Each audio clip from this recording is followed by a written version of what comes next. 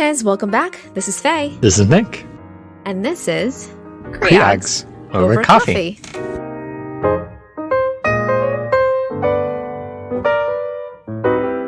All right, guys, so today we have with us Dr. Alyssa Hersh, who is a third-year OBGYN resident in the Department of Obstetrics and Gynecology at Oregon Health and Science University, and she is going to be talking to us today about the third stage of labor. So welcome, Alyssa.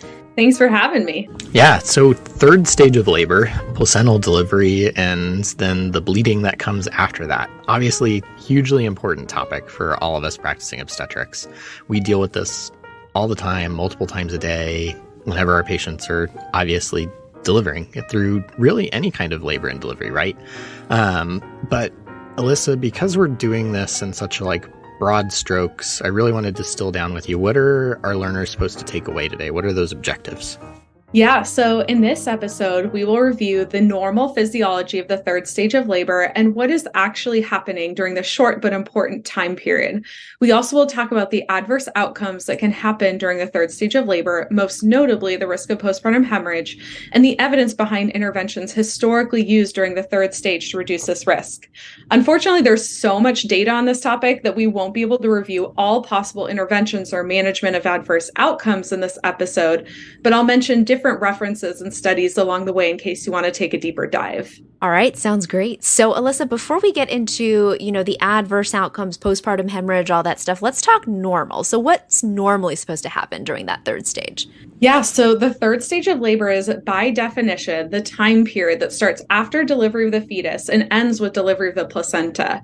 After vaginal births, this usually happens in about 4 to 10 minutes.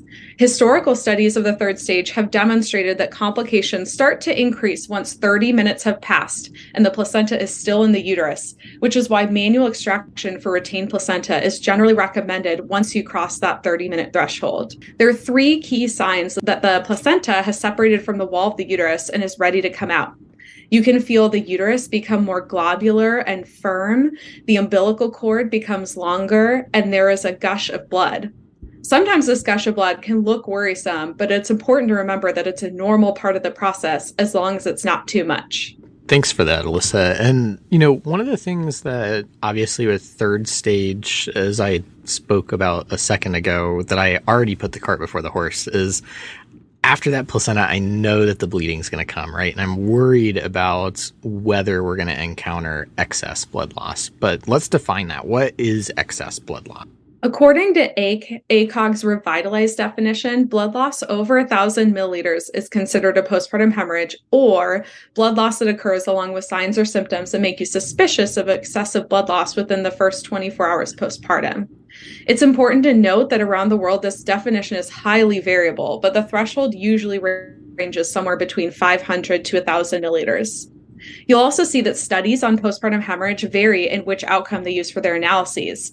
Physiologically, most patients can lose up to 1,000 milliliters of blood without complications, and you won't typically start to see changes in vital signs or clinical status until this blood loss is greater than 25% of their blood volume.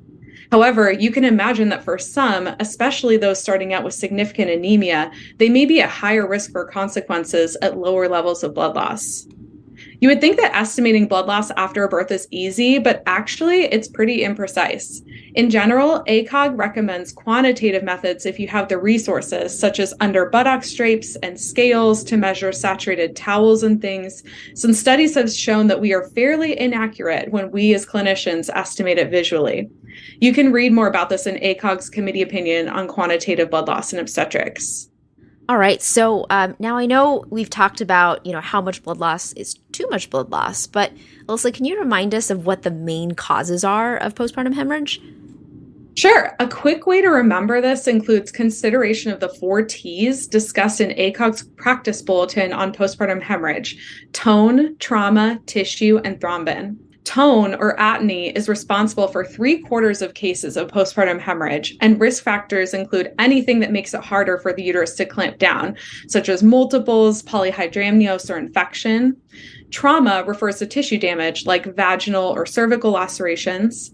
Tissue refers to retained products in the uterus, such as retained placenta or accretus spectrum disorders.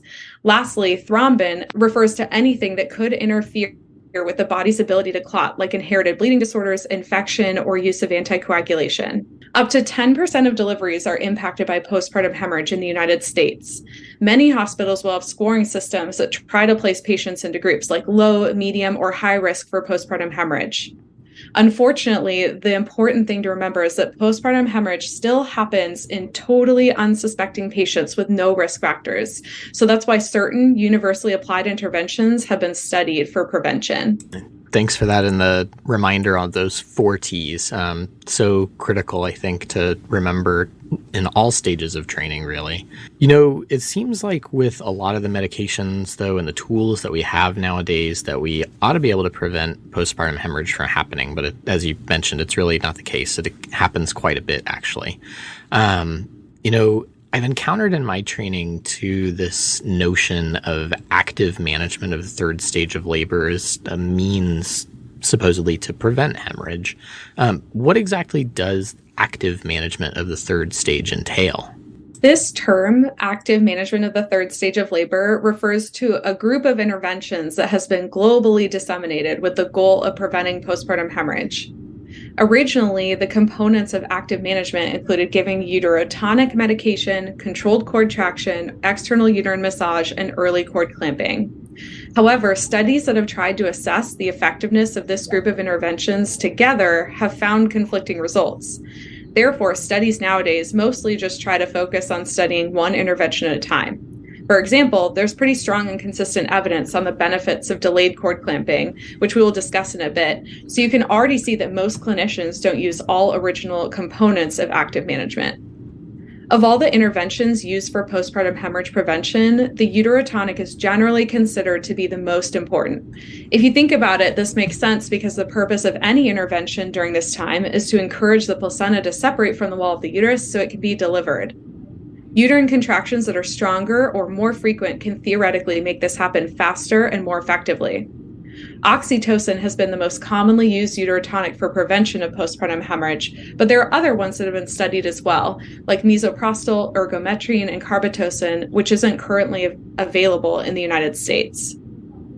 A big network meta-analysis published in 2018 set out to examine all the uterotonics individually and in combination with each other to determine the optimal strategy using all the studies that had been previously conducted, studying different comparisons or combinations of agents. It was found that a combination of ergometrine or misoprostol with oxytocin or carbetocin on its own may be more effective than oxytocin alone. However, ergometrine and misoprostol both have additional side effects, and ergometrine, as you know, can't be used in the setting of hypertension or certain cardiac conditions.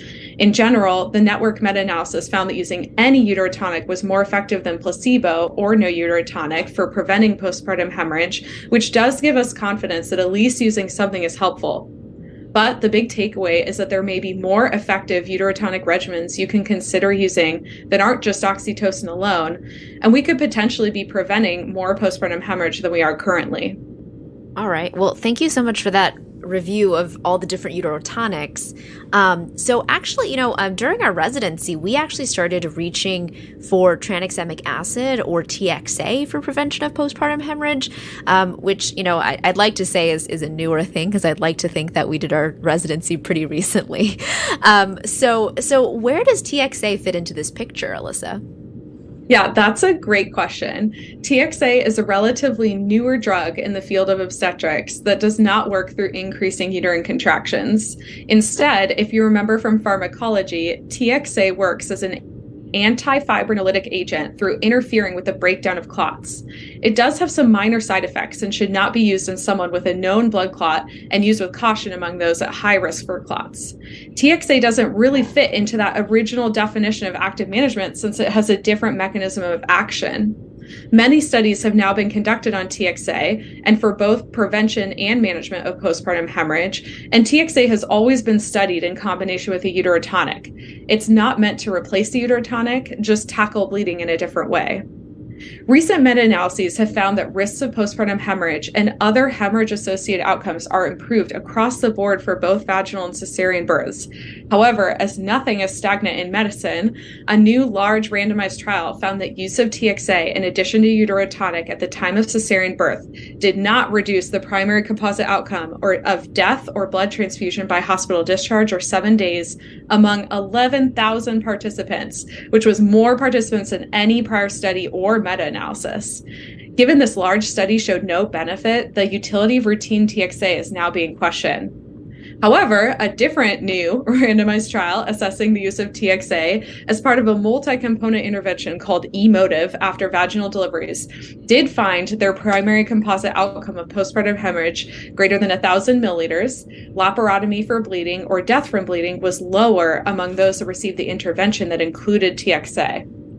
The takeaway from all this is that there's conflicting evidence for routine TXA use at all deliveries.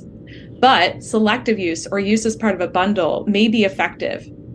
You should stay tuned as more studies are expected to be published soon. All right. Well, that's the new stuff. I want to go back to the old stuff, actually. Tell me a little bit more about these other things and the evidence behind them. You talked about controlled cord traction and external uterine massage, for instance. Yeah, so controlled cord traction is applied usually through putting a clamp or other holder on the umbilical cord and using downward steady traction to help it slowly detach from the wall of the uterus to deliver. You should start to see signs of placental separation before applying this traction, or you'll put yourself at risk for a cord avulsion or uterine inversion. The main benefit with controlled cord traction is a reduction in the risk for needing manual extraction of the placenta, and there are also modest reductions in time to placental delivery and blood loss. External uterine massage has been studied both before and after placental delivery, but the data has not shown that it's beneficial for postpartum hemorrhage prevention in either scenario. The data shows no reduction in blood loss or improvement in other secondary hemorrhage outcomes. Furthermore, it can be uncomfortable and interfere with early bonding moments for the new family. I do want to mention, though, that I'm specifically referring to uterine massage for prevention, which is different than what you might use for treatment of postpartum hemorrhage or regular assessment of uterine tone postpartum. That's actually really good to know because I feel like we are still very routinely doing that uterine massage postpartum immediately. So let's hear about that last bit about early versus delayed cord clamping that you mentioned previously. Yeah, so as I mentioned before, early cord clamping was initially used for the purpose of preventing blood loss for the pregnant person. However, many studies have since been published showing there is no increase in blood loss for the pregnant person, and there are numerous benefits for neonates with delayed cord clamping. Delayed cord clamping is when you wait at least 30 to 60 seconds to clamp the cord, with the goal of enabling additional blood flow to the neonate. For term neonates, the benefits include increased hemoglobin, higher birth weight, and reduced anemia for the first 3 to 6 months of life, but a slightly increased risk of hyperbilirubinemia requiring phototherapy. For preterm neonates, delayed cord clamping is associated with reduced risk for intraventricular hemorrhage and death before hospital discharge, so you can see the benefits are even more impactful for preterm births. AJOG has a committee opinion on delayed cord clamping if you want to read more. Another intervention that's also important to discuss when reviewing cord management is cord milking, which is when you manually push blood through the cord toward the neonate. In 2019, a big JAMA study found increased rates of intraventricular hemorrhage among those that had cord milking, particularly among those less than 28 weeks of gestation. So cord milking is no longer recommended for very preterm infants. For older neonates, the evidence is insufficient to make a statement, but generally cord milking has fallen out of favor because of the known harm for those preterm neonates. All right. Well, I think you've taken us now from start to finish of the third stage of labor. And I think that we know, too, that you are a new author on a review of the third stage of labor that's out in the gray, which is super fascinating. And, of course, we'll link to it on the website. No, Fei and I usually close out episodes with kind of summaries of the key points to take away. But since you've already just given us a great overview, do you mind going through some of those key points? Sure. So first, we reviewed the definition of the third stage of labor, which occurs between fetal and placental delivery. It typically lasts 4 to 10 minutes, with complications starting to increase after 30 minutes. We then reviewed the AJOG definition of postpartum hemorrhage, which is blood loss greater than 1,000 milliliters, regardless of mode of delivery, or blood loss along with signs of excessive blood loss. We talked about the 4 T's of etiologies of postpartum hemorrhage, including tone, tissue, trauma, and thrombin. We reviewed the original components of active management of the third stage of labor, consisting of uterotonic, early cord clamping, controlled cord traction, and external uterine massage. However, we discussed that not all of these components are still evidence-based. We reviewed that there may be more effective uterotonic regimens than oxytocin alone for preventing postpartum hemorrhage. We also reviewed the data on TXA and that it may be an effective adjunct to uterotonic for prevention of postpartum hemorrhage, but current evidence is conflicting and there's insufficient evidence to support its broad use at this time after all births. We discussed that there is evidence supporting the use of controlled cord traction, particularly for reducing the need for manual extraction of the placenta, and that external uterine massage is not effective for preventing postpartum hemorrhage. We reviewed that early cord clamping has largely been replaced with delayed cord clamping due to the known benefits for both preterm and term neonates. Lastly, we reviewed that cord milking may be harmful for very preterm neonates without sufficient data to support using it for neonates at higher gestational ages. Well, awesome.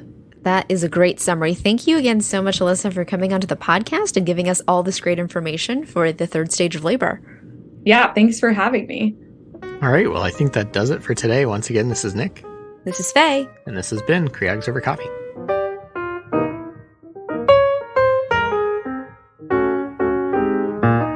So guys, if you enjoyed this episode, go ahead and go into your favorite podcatcher, Apple Podcasts, Spotify, Google Play, and give us a 5-star rating and review. You can find us online on Twitter at CreogsOverCoff1, on Instagram and Facebook at CreogsOverCoffee.